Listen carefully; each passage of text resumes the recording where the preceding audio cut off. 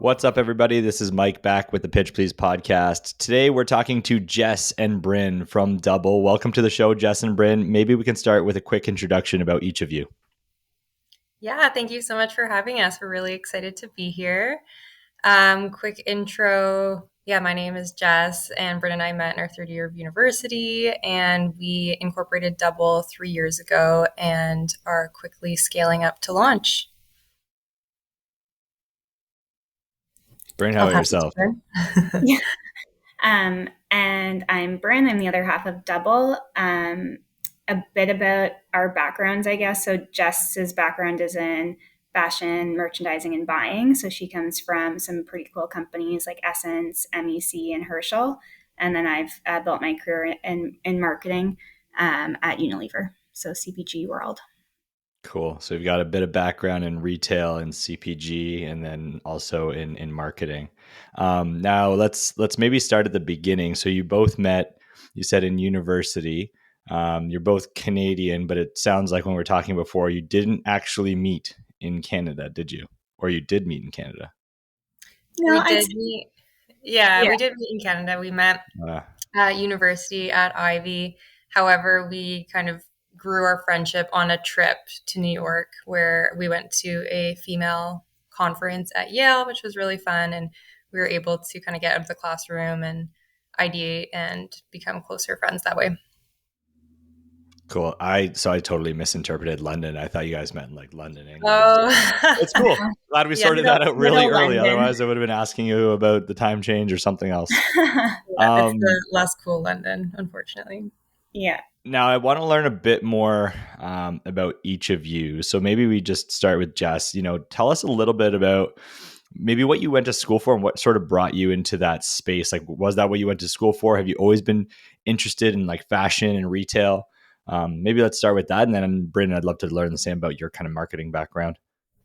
Yeah, I've always had a really deep interest in fashion and aesthetic and design and that entire world. It's always like spoken to me. So when I was in high school, I wanted to be a fashion designer. So I was taking a bunch of sewing classes and design courses and art. And then as I was spending my days sewing, and you don't learn a lot in high school about all the different career opportunities. So I was under the impression that in order to be a fashion designer, you were sewing 24/7, and that would be your job, which I now know isn't true, but it's what I thought at the time. And after doing it for a couple of years, I realized I wanted to be a little bit more on the academic side, and I didn't want to do a hands-on job 24/7. So that's what led me to business. And then I found out about buying in I think my last year of university, actually. We had this conference that Ivy does each year called the Fashion Retail Conference. And one of the senior buyers from Essence came to speak, and I was like, this is exactly what I want to do.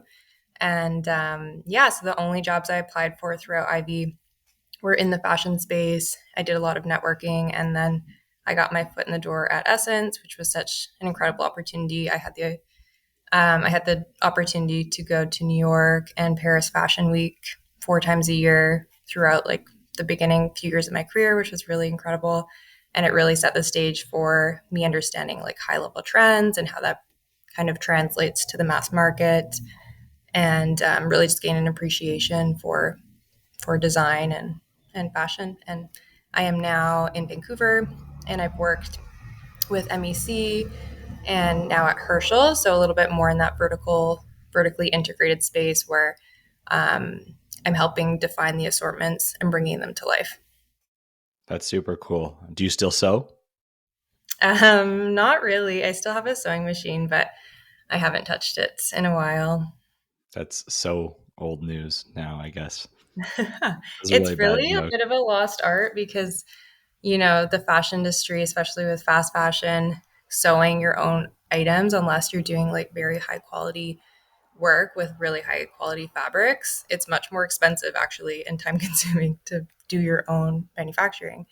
But yeah, I feel like we've actually struck a really nice balance in that theme with DOUBL. But yeah, I haven't done anything for myself in a bit. I'm excited to learn. So you're not sewing everything that we haven't even told people what DOUBL is, but theoretically there's going to be some aspect of sewing. And so you're not sewing this all yourself. No, it has been a thought that we've had that we could take it all in house, the two of us. But I'm glad we didn't go that route. Okay, we'll find out why. Brent, how about yourself? So marketing by background, is that sort of where you started? And you were saying CPG, very different, obviously, in the fashion industry. And what kind of led you there? Yeah, so I actually, opposite to Jess, in my grade 10 career class, we got to see or hear from some pretty interesting people. And one of them was a product manager for this toy that was sold in Urban Outfitters. And, similar to Jess, when you're that age, you don't understand the jobs that exist in the world. And I thought that was so cool that you could like take an idea and bring it into market and then people would buy it. And I was taking a psychology course at the time that I really loved, and found that Ivy Business School had this dual degree program where you could get 2 degrees in 5 years. So at age 15, I kind of charted out the next 10 years and ended up doing that. So I did psychology through Western and then a business degree through Ivy. And that was kind of a natural marriage of two things for marketing. I have a lot of sustainability interests. And so for me, when I was applying to jobs, as a marketer especially, right, you're driving consumption. And so it was important to me that I found a company that had values that aligned with consumption in a way that was, somewhat environmentally friendly and good for people as well. So Unilever was an obvious fit for me. Met them through the Ivy Marketing Summit. So similar to Jess, those school networking events really do help. And then it's been a great training ground. We always say that brand management is like being a CEO of a company. So you get to touch all aspects of the business and you have that full end-to-end understanding and the strategic mindset. So yeah, I've spent my whole career there and I'm very lucky to have had that. That's super cool. Now, did either of you, during those experiences, because I didn't pick it up naturally, but were either of you ever thinking you would be entrepreneurs, you would start your own business? It sounds like you had things that you wanted to go do, but did you ever think you were going to go do them for yourself in some way? I think so. Like Bryn and I came up with the initial concept of Double in our last year of university, and ever since then, we had the intention of launching the brand. It was just a little bit of first going into the corporate world, gaining some experience. And I think we did learn a lot of valuable lessons when it came to management and, work ethic and just understanding those industries. Like we have a very complementary skill set within fashion and marketing, and how that's really helped bring the brand to life from both a product standpoint and a like brand speak perspective. So I think those experiences were really valuable. And yeah, I think we always knew it was going to happen. It's just a matter of when. That's cool. Now, did you know that was going to happen at that tail end of university, or like when you were kind of thinking career choices before even entering university? Was like entrepreneurship a thing? Did you have entrepreneur role models, or did that kind of evolve and that spark? Did that sort of happen through school, or was the idea of Double the actual spark? Both of our dads are entrepreneurs. Neither of them went to business school. They both have specific skill sets that they then turned into jobs. So I feel like there's a bit of that in our blood. And then I think we both wanted to get some experience, like corporate training ground kind of Yeah. experience. But we're both really creative people and have a big drive to make an impact. And so I think it was probably always a natural next step eventually. But I don't think either of us really thought of that as a potential for immediately after school. Got it. And so you met at a networking event, but you really became friends on this trip to New York. Um, We trip met to in New York. class. What? Sorry. Sorry, In we met in class. in class. Yeah. Sorry. So you met in class. You went on a trip to New York. That's where you sort of got became closer friends. Is that in any way, shape, or form related to how Double was born around that trip to New York, or was that just a moment of kind of building your friendship and learning more about each other? I think you could try to build some parallels there because the trip was to a women's leadership conference, and Double is all about empowering women to be themselves and the best versions of themselves. And so I think you could draw parallels there between what we were passionate about and what we built. Cool. So then he came back. Oh, sorry. Go ahead, Jess. No, I was just going to agree. Yeah. So you came back. Maybe let's start with the name Double. We haven't talked about what you are both up to yet, or what Double does. So without giving all of it away, is there like a story around how you got to the name Double? Was it like whiteboarding session? Did you get someone to make this name up for you? Was it instantly something you knew? How did that sort of evolve? And then we'll start to talk about what Double does and even how you got there. Yeah, I mean, it was definitely an evolution. So the first version of the name was Elia and Co. And the idea there, I think, was a combination of, we tried to make it quite feminine. So like a bit of the Tiffany and Co. and picking a, feminine sounding name. And then as we, as the years went by and we circled back to the idea, we wanted to come up with maybe a cooler name, especially because we were going to be a lot more tech enabled. And so then the new name we came up with was Base, with the idea of like BASE. Yeah, like Okay. base layers, foundational layers. And we wanted a name that was really easy to remember, like Apple. And then base wasn't really sitting well with us. We couldn't really see the legs there. And Double came to us as we thought about like the role of women and how there's this beautiful duality in womanhood of being soft and strong. There's so many that you can find as you dig in. And our product, which I won't give away yet, is meant to be like a double skin. And so there is a nice kind of natural way that came to be. And we thought to be cool and tech, we should cut off the E. And so it's just spelled DOUBL. I guess that has some perks when looking for a web domain. It probably has some challenges when people spell it because they might make the error I made when sending this invite. One had double spelt, and I guess we'll spell it for everyone. It's DOUBL. There's no E. If you add the E, you're doing it wrong. And it's all capitals too, right? Is that sort of like the brand look? It's always in caps? Exactly. Yeah. Got it. So maybe now is a perfect time to dive in because I know I'm holding back so many questions. I admittedly know very little about this space. So I'm going to be super vulnerable, ask probably a lot of questions that might seem super obvious to some of our listeners, but super unobvious to others. But we're going to pass it over and do what we do best here on the Pitch Please podcast and ask one of you for your pitch, please. Yeah, happy to. So Double is the very first made-to-measure bra bought completely online. So we are tech-enabled using a 3D image technology that is just through your iPhone. So all you need is your smartphone, and it takes about 1 minute, and you wear tight black clothing, and basically it captures your measurements, and then that gets spit out onto our back end where we take a subset of your body measurements to alter your bra to be the perfect fit. And then that gets cut and sewn and shipped from London, Ontario, where we manufacture locally.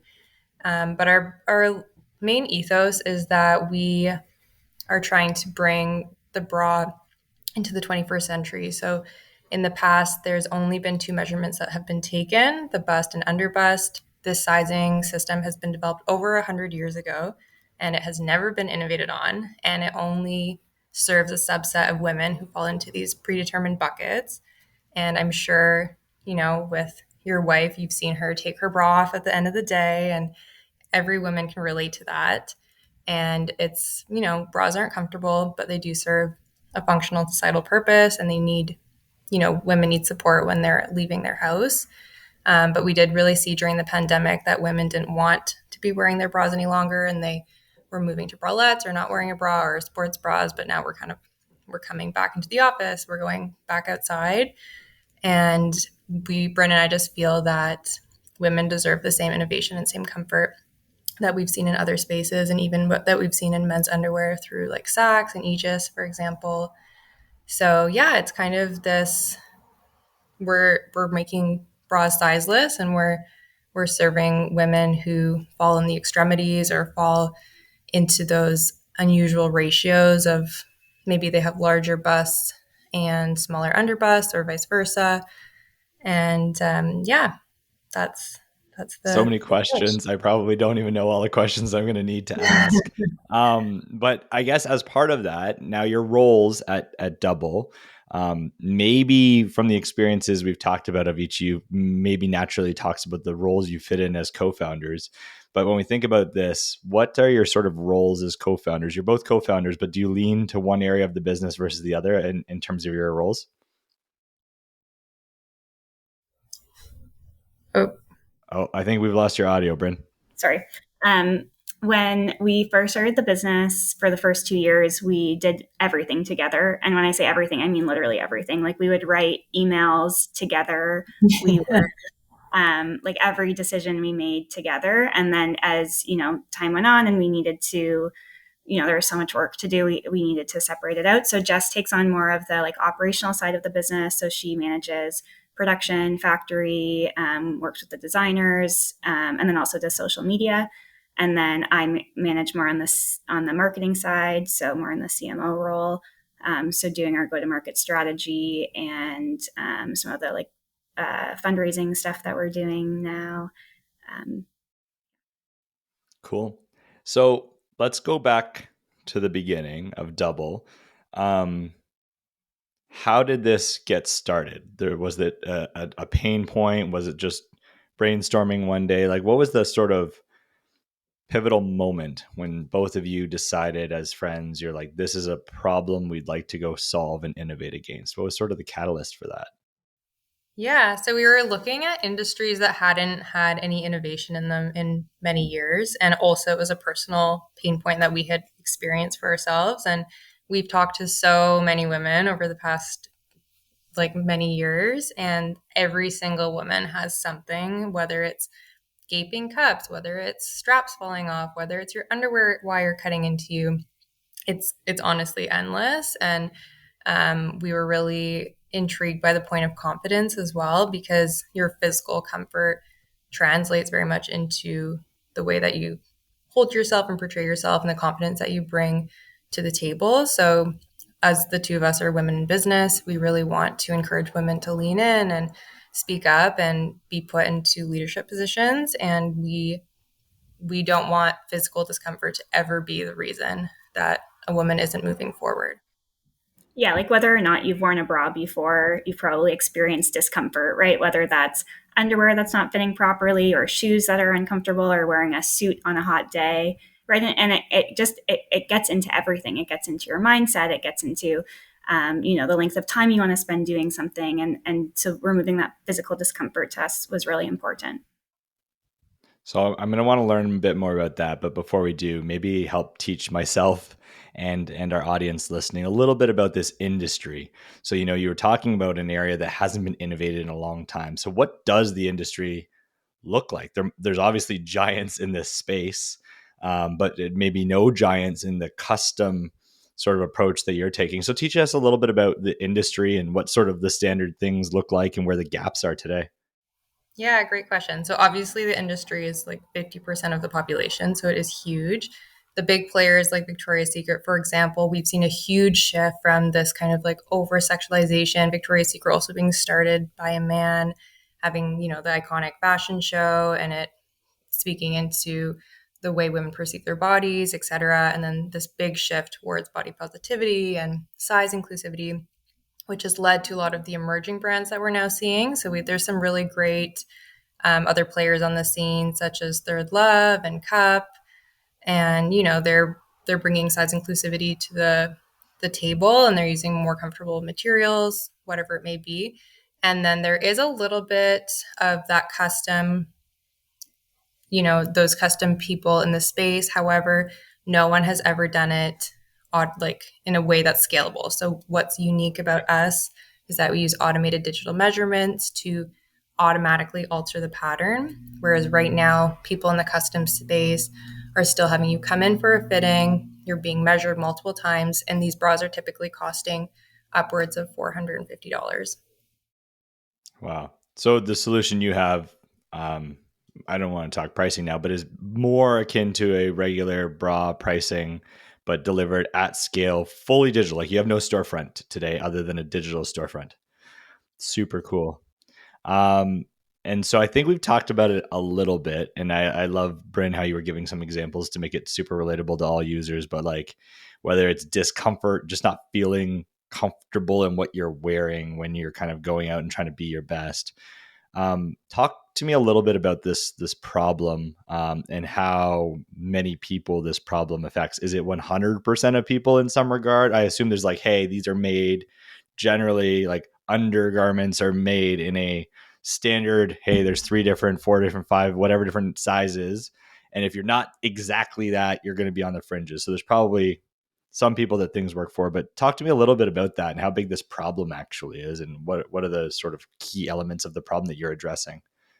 Yeah, so latest studies have shown about 70% of women are uncomfortable in their bras. And, if you're out of the house, chances are you're wearing a bra. And if you're out of the house every day, chances are you're wearing a bra every day. So being uncomfortable, every day, that many people is a huge problem.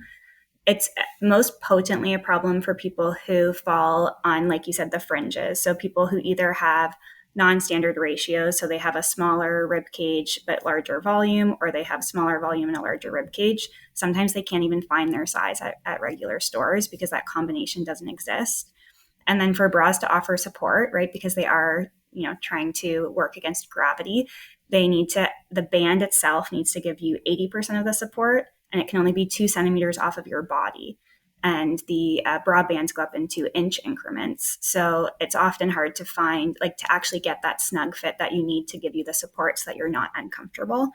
And then adding on to that, a lot of discomfort comes from underwires, which are, non-standard sizes. So we get rid of underwires completely. And then molded cups, which are, a foam layer that sits on top of your body. That's usually not comfortable or breathable. So we've also gotten rid of that. And then on top of that, it's also the convenience of finding your size. So even if there is a size out there that exists for you, it's hard to find that, whether you have to get measured by somebody in the store or buy something and then return it. So daily searches for bra size in Canada is about 300 to 3,000 searches per day. So you touched on a few things there, and I'm trying to follow. So if I miss something, just bring it back up, because obviously, not obviously, I don't wear a bra, so I don't know a ton about them. But you talked about material differences in the materials you're using. You talked about some elements of innovation around how, I guess, it's cut to fit, and some elements that you don't use. So like, you don't use foam, you don't use underwires. So maybe talk to us a little bit about, we'll talk about the tech element in a bit and the delivery method, but just the product itself. How did you arrive at this? This sounds like it's like a ton of work to figure out how to go innovate a category. And that's why I want to spend more time on this, because this isn't just like, yo, we sketched it up and it was done. Like, you actually took a bunch of things that are standardized and changed how you were going to approach the problem. What did that look like? It was honestly such a challenge. I don't think we knew exactly what we were getting ourselves into when we started. And despite, my background being in fashion and having been a part of product development before, bras are just we think they're the most challenging piece of clothing that you can make, because each woman carries their volume differently. Each body is shaped differently. It's like this unlimited number of combinations. So when we first started, we had no idea how to manufacture bras. So we went on Upwork, we found a designer. We also didn't realize that there were such strong differentiations between developers and designers and pattern makers, and like who we needed at what point in time in order to bring it to life, and what kind of manufacturers would be interested in taking on custom work, because typically you would be submitting bulk orders like a year in advance, and that would be, it's kind of just like the way that operates. So yeah, back in the beginning, we went through multiple iterations where we hired somebody to make a bra. We got that back, and it didn't fit at all. It was like a boob hammock, and we started to quickly learn all of the different elements about sourcing the right fabrics that offer the right tension, which offer them the right support, and then ensuring that the design is, supporting that in its architectural structure in a sense. And then when we were working on the algorithm, like, what are the points that are most important to alter for the perfect fit, but also not taking too much into consideration, because we don't want to overcomplicate things in a process that's already super complicated. So it's been basically 3 years of research and development and prototyping, and we're very, very close to the end now. But it was a very long journey. Yeah. So you're saying that like over the last 2 or 3 years, a lot of that journey was just actually prototyping through all the different iterations. How is like, you know what problem you want to solve, and we'll talk about the tech in a bit, but even just the material and the manufacturing, the output, even if you had everybody's custom dimensions, you need to figure out how to go do that at scale. So what are the variables you want to change? Because I'm sure you can't change 100% of every variable that exists. So you have to figure out the most important ones, and then the materials and the styling, the cut. I don't know. All those elements had to be like iterated on, and that process has taken some years. At any point in that 3 years, were you almost like, yo, we're out. This is way too hard. I think the benefit of having a co founder is that when you feel like it's too hard and you don't want to go on any longer, the other person lifts you up. And I feel like that's been so true for us. Like, whenever I'm stressed and I'm like, it's not going to work, Jess is like, no, no, no, it's like, we've got this, it's going to be great. And then vice versa. We seem to be really lucky that we always are on, like, we're either always on the up side or we're on opposite sides. We're never both low at the same point. So I think that's been really helpful, and I think it's also important just to think of it as like one foot in front of the other, right? Not looking too far into the future. You just make little changes. You iterate as you go. I know you, Mike. On your LinkedIn, when we were creeping you, we saw that you believe that you need to get to 70%, not 100%. So trying to have that mindset and not be perfectionists and know that we can iterate as we get feedback, but just getting bras on bodies for us is what the goal is right now. Mm-hmm. I think to add on to that too, we still believe in this product and we still believe in the viability and the need for it, that it's just, we know it's possible. We know it's a necessity. It's just a matter of getting it, executed. And also on Bryn's point, um, I think, yeah, learning to put one foot in front of the other is just like this integral lesson that you need to learn as an entrepreneur. And we're both future planners. Like Bryn spoke to her 10-year plan when she was in university. And I think that's been something that we've had to really check ourselves. And, we work on the next critical step and we don't look too much ahead because it is overwhelming when you do that. But, I think the number one reason entrepreneurs fail is because they give up. So as long as you're consistent and you're just doing baby step, like after baby step, then you'll figure it out eventually. Patience, optimism, a strong co-founder, all important ingredients in continuing to persist for something that's that hard and that long. And it sounds like you really believe in what you're trying to solve for. And I think that's a key point. If you're not passionate about it, to your point, Jess, I think a lot of startups fail because they sort of just give up. It got hard and they gave up. And so the more you believe in what you're doing, and if there's more than one of you, you can kind of both push through those tough times. So maybe talk to us a little bit about where you're at in this journey. So you said a couple of years of development. Do you have a working prototype? Are you available for sale? And then after that, I want to talk about the how this works, but I want to see where you guys are at in this cycle, since it sounds like it was a heck of a journey. Yeah. So we did a soft launch back in March just for a limited run of 25 bras, just because we wanted to ensure from a manufacturing and logistics standpoint that we were able to get the bras out, start getting some reviews, ensuring that it really was working for multiple body types. We are working on delivering those still, which we are a little bit late on. However, we do have final approved prototypes, which is really great. And we're just finalizing our beta testing to ensure that we're really happy with the quality of those 25 bras that go out. And then we are looking to hard launch shortly after that. That's amazing. And so are those friends, family, are they people that signed up through some different means? Like, did you create this is effectively going to be your like feedback loop, right? For your first iteration, or you've maybe had some feedback loops along the way? Yeah, we did. The soft launch was completely organic, so it was mostly in our networks.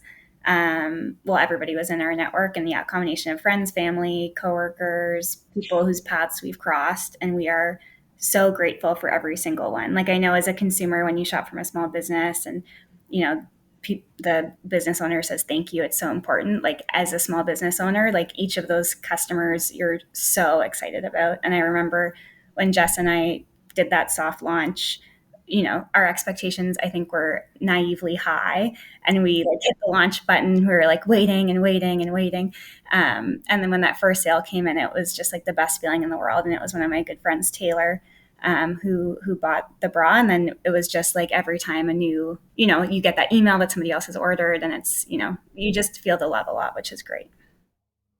That's actually a really important point. There was a founder that I was talking to a few weeks back, and I asked him what one of his most memorable moments was in his journey of his startup, and he said it was the first check, and the first check was like $60. And he said he went out with the team. They spent like $400 on drinks to celebrate this $60 check. But he said the most important reason for that was that it was validation that the thing that they'd been working on for so long, so hard, that people actually wanted it and wanted to pay for it and saw value as well. And so it's really cool. So those 25, that was my next question. Those 25 people paid for this, be part of this alpha or beta test in this first launch, which is super cool. Now, how did they get measured? So, we talked about the fact that you don't have a brick and mortar store, and you don't go, have them come to you and you do a whole bunch of measurements. So what does that piece look like? I think this talks to like the core of this tech enabled aspect, but is that something you enabled for these 25 people? And what does that look like? Yeah, it's a really simple process. So basically, you would go onto the website or via a social channel, you would make your purchase, and then you'd be sent an email with a link to an app or kind of a scannable QR code, which then has you download an app, is through technology that we license. And then it walks you through this very simple process. You just need to have a blank wall behind you, and you put on some tight fitting black clothing. You prop up your phone on a chair. It takes about a minute. You kind of just hold your body in a certain position, and then you turn to the side. It's completely private. That is something that we get asked a lot. We have no photos that are stored, nothing. It's just an extraction of measurements. And then that gets automatically sent to our internal software system where we have our pattern. And then through a like made to measure software, it automatically alters based on an algorithm that we created that gets spit out and then sewn and shipped. So it's a completely automated process, super easy. You can do it from the comfort of your home, especially, if you're a busy person, you're not wanting to go out to the store. And also women typically hate bra shopping. We hear that all the time. It's like their least favorite item to shop for. So, we've made it easy. We've made it comfortable, and it takes, probably 5 minutes from start to finish fully. Wow. And so just with the camera scan, it gets every measurement and the exactness it needs. There's no other, like, I don't need a measuring tape or any of that. I just scan it with a phone, any phone, or I assume phones with like at least a good enough camera, I guess. Yeah, it can be Android or iPhone, and there's no really limitations on. I mean, it can't be the first iPhone, but I don't think the battery, if anything, the battery life definitely means you're not using a first iPhone anymore. Yeah, So, definitely no Blackberries. okay. We're past that point too. I don't think anyone uses BBM anymore anyway. Okay. And so maybe a silly question. Do you wear a bra while you take this picture? It's like, hey, find your most ideal fitting bra and then do this photo, or do you do it in black fitted clothing with no bra? Because I'm trying to figure out, I guess, how the camera identifies where you want support. I don't know if I'm saying this Yeah, right, but yeah. So I think the first clarification point is we get all of the raw measurements, and then we okay. decide how that translates into a pattern. So the app that we use isn't smart enough to go exactly from like body data to pattern. That's the algorithm engine that we've built. Okay. But in terms of what to wear, definitely if you have a larger chest, we recommend wearing a bra that has underwire that's unlined ideally, just so that we can make sure that we can get an accurate under bust measurement, that everything's lifted in the right spot, so we can have a like true estimate.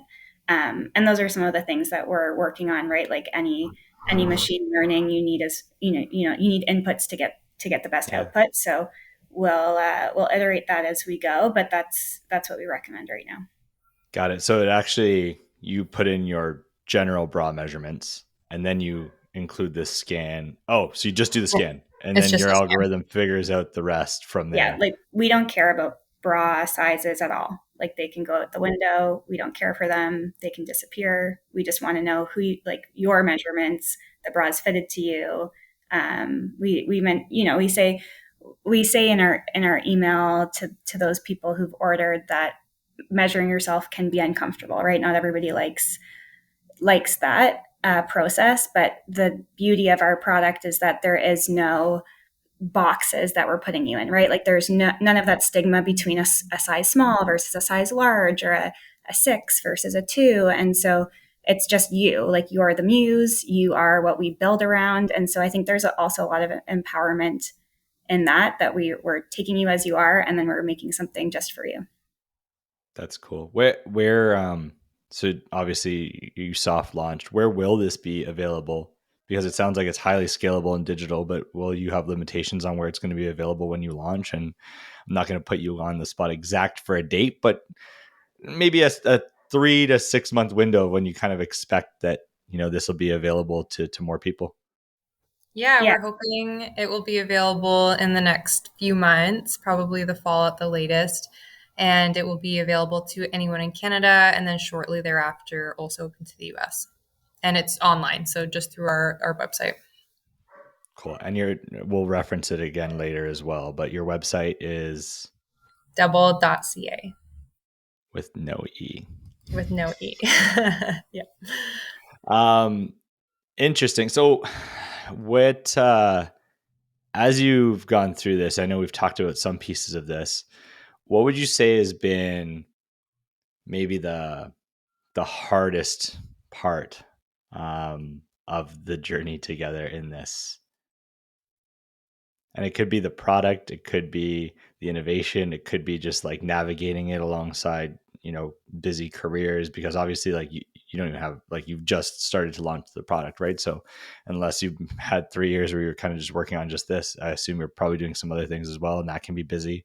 But what's been like the hardest part for you both? And it could be something different for each of you.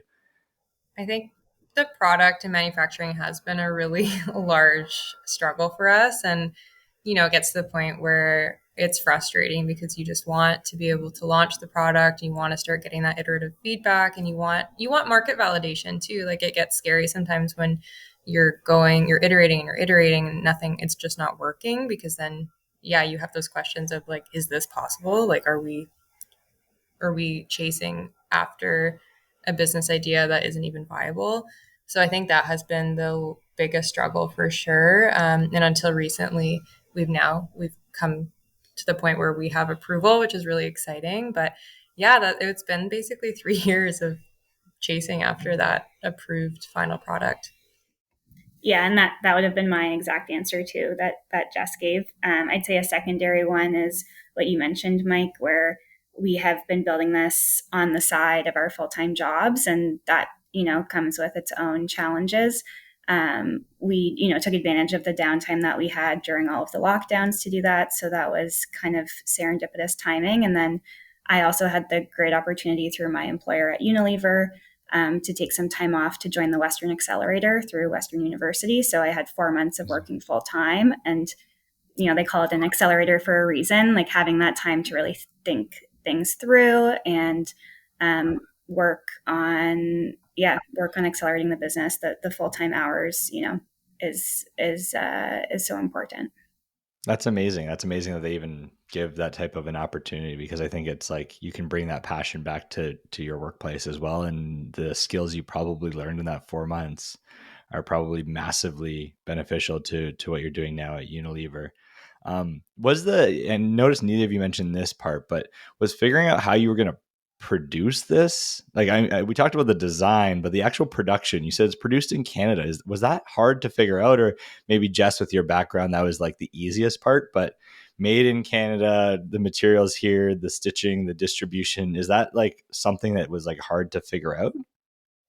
Yeah, I think this comes back to putting one foot in front of the other. So initially, we did have an individual sewer, an individual pattern maker, and we very much did it like ad hoc through a bit of like a WeWork space. And then Bryn found a manufacturer in London, Ontario during the accelerator program, which was very well suited to us. And they're female founded, and they were really excited about our idea, which was great because we had spoken to a few different manufacturers, and not everyone is interested in A, working with a startup, B, working with made to measure, and C, going through a bit of this iterative prototyping. Especially, we typically need a very advanced seamstress on the project because it is very complicated, and quality control is extremely important to us. So we do need a lot of eyes on the product, and it takes a little bit longer than your average clothing item. And So I was yeah, just going to say, our original idea was to do like a decentralized network of home sewers.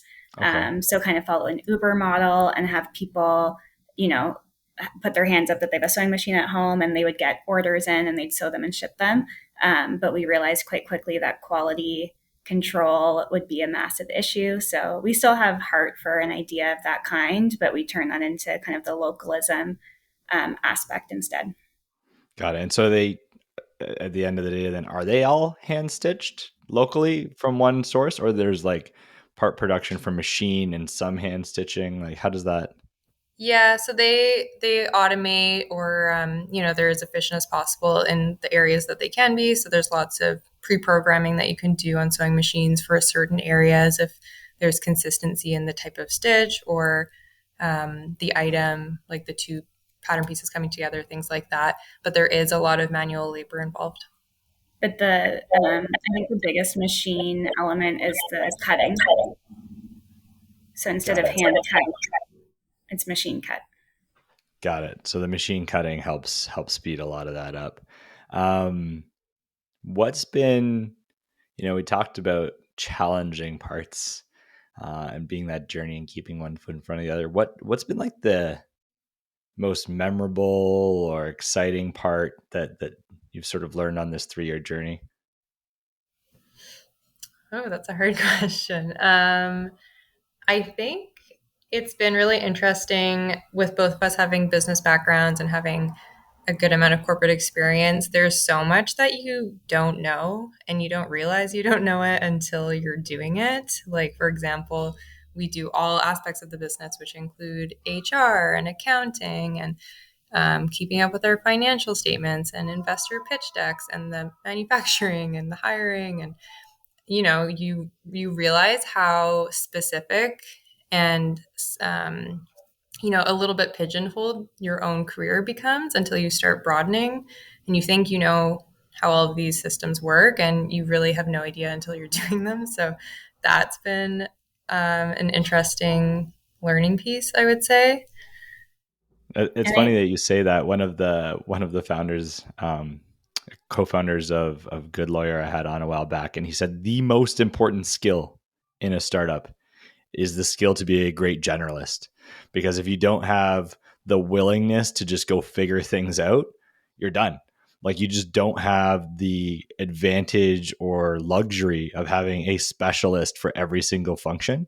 And I think many people that are in organizations, the second you're in an organization over 500 or 1,000 people, like, you get specialized pretty quick, even if you don't think you're specialized. And so you get it's a quick slippery slope of like, oh, that's not something I know. And you kind of like, that's someone else's area.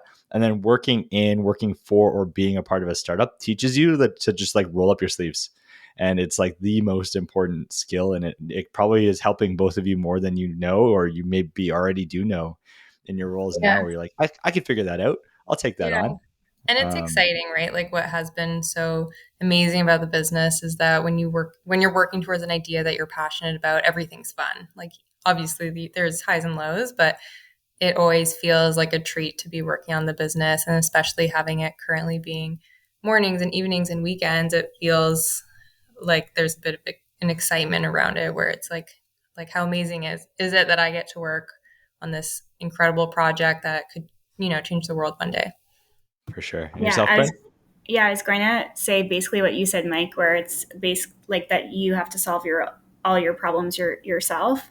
And And also sometimes you create your own problems, right? So Jess and I were having a photo shoot in March, and we had done the sample sewing through the facility that Jess had mentioned.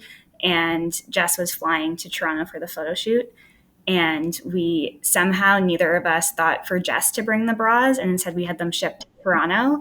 And they were supposed to arrive Thursday end of day, and the photo shoot started Friday morning. And lo and behold, they did not get delivered Thursday end of day. So we, called Canada Post. They were super lovely and helpful, but we were, so stressed, and it was such an avoidable problem. So we had to call the warehouse at 5 a.m. to try to make sure that it got on the first mail truck out. And I live in downtown Toronto, so we were hoping that they would deliver, to the core first. And so I went to the photo shoot, started setting up all the models and the photographer, and Jess was waiting just in the lobby for the mail person to arrive. And you can finish the story, Jess, because you were there. Yeah, it was really lucky. It was, I think the photo shoot, we had it starting at 9, but like half an hour for setup, and it was like 9:15, and I saw a male woman come into the building, and I'm like following her down the hallway. And I'm like, I'm looking for this like really important package. Like, do you happen to have it? It's like a small like bubble mailer. And then she's like going through all of her bags, and she has it. And then we're like jumping up and down and cheering. And then I like book it to the photo shoot.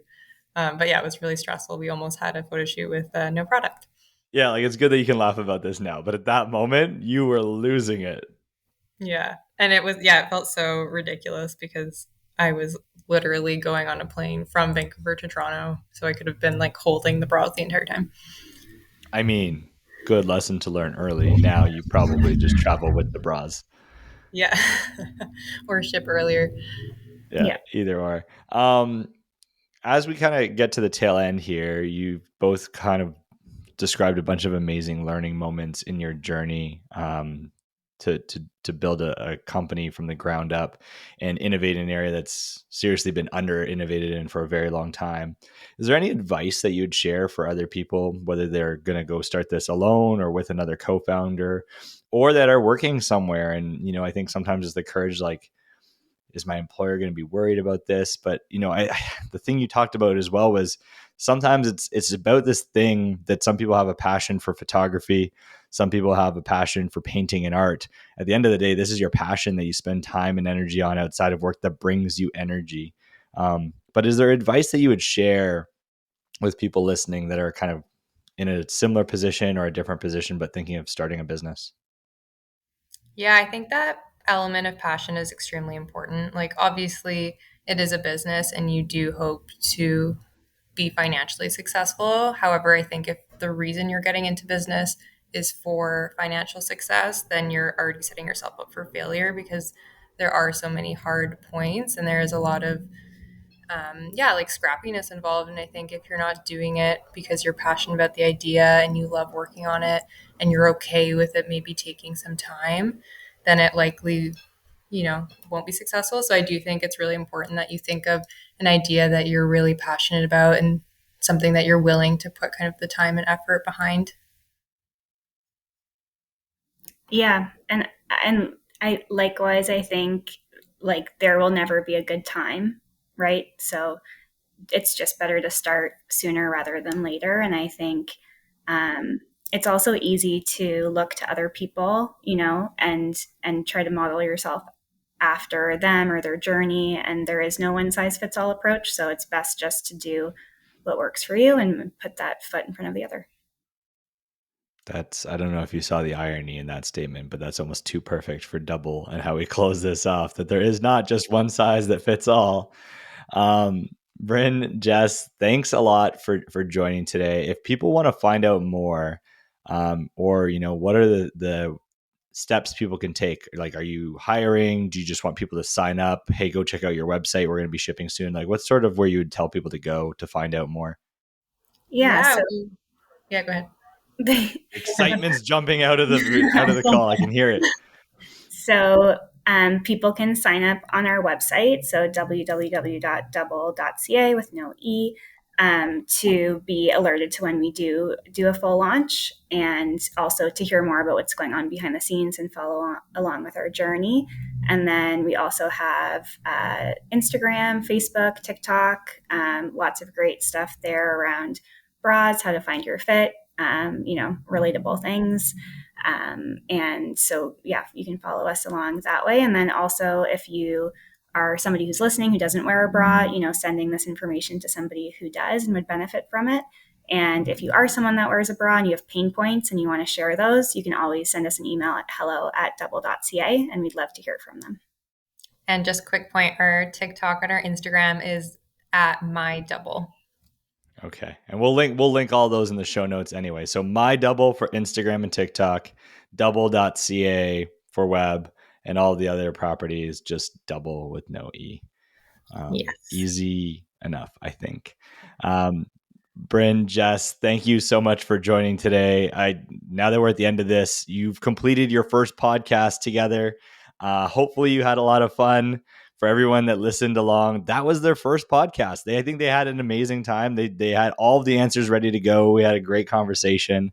But Jess, Bryn, thank you again for joining today. Everybody else who listened along, thank you again for listening in to the Pitch Please podcast, and we will catch you on the next episode. Thanks, Mike. Thanks, Mike.